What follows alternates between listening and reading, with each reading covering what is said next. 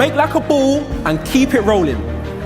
Because we have our first speaker tonight, I'd like to call up to the stage the main man himself, half man, half amazing. He's the MD, the Managing Director of the BAME Apprentice Network. Ladies and gentlemen, please put your hands together for Mr. Kasim Choudhry.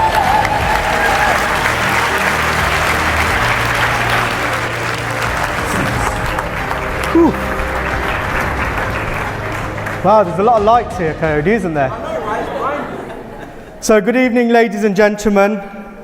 First of all, thank you to every single one of you for being here this evening.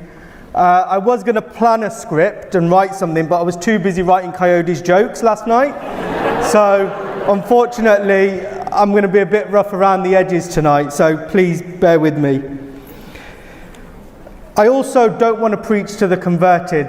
The fact that you are all here in this room shows that you are already on the journey. You're already on the change train, that we like to call it. You know, you're already trying to make a difference. So I'm not going to come and tell you why diversity is important, why we need more inclusion, why we need any of that stuff. You're here, you know why it's important. So thank you everyone again.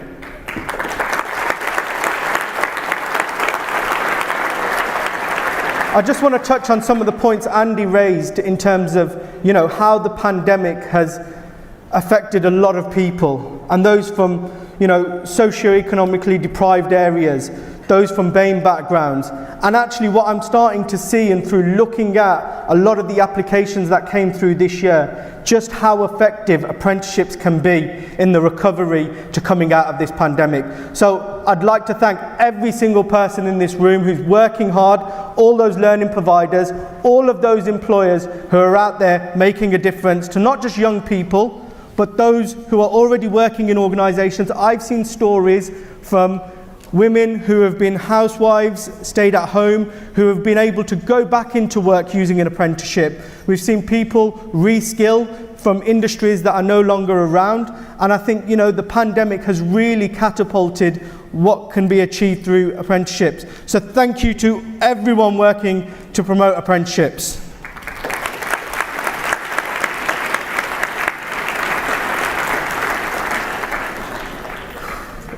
I think it was about 6 years, was it 6 years, Saf, when we started this awards?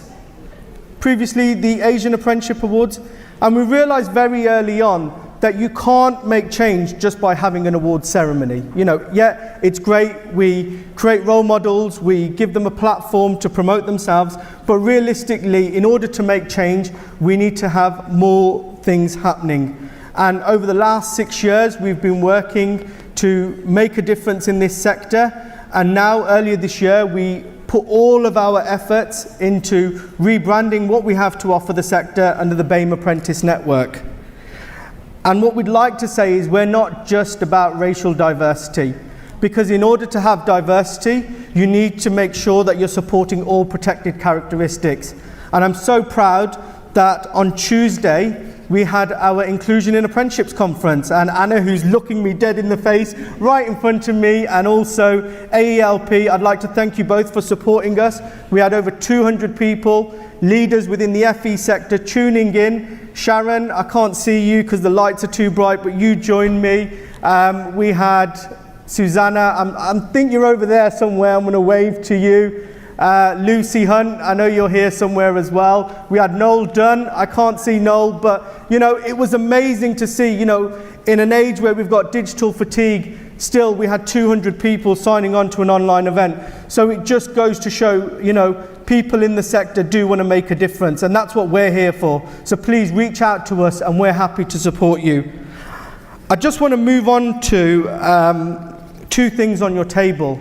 I don't want it to keep you too long. But one of them is this brochure here, and the other one is our DEI pledge.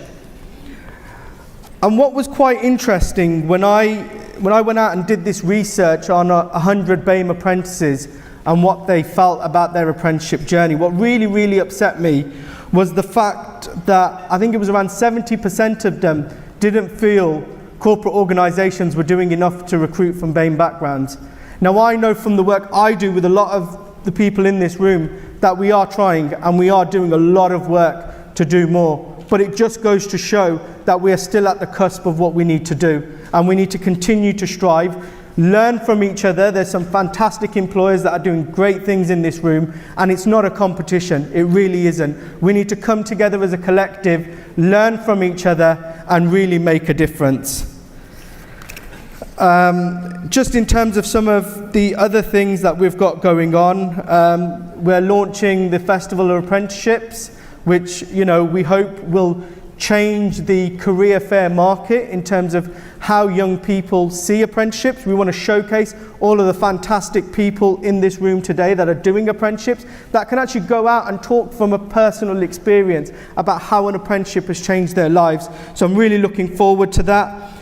I've got two very special young people in this room, Isra and... I've lost my train of thought now. I'll remember your name later. But two fantastic apprentices approached me and said, we'd like to promote degree apprenticeships. And we're so proud to announce that we'll be launching the Degree Apprentice Network very, very soon. So thank you.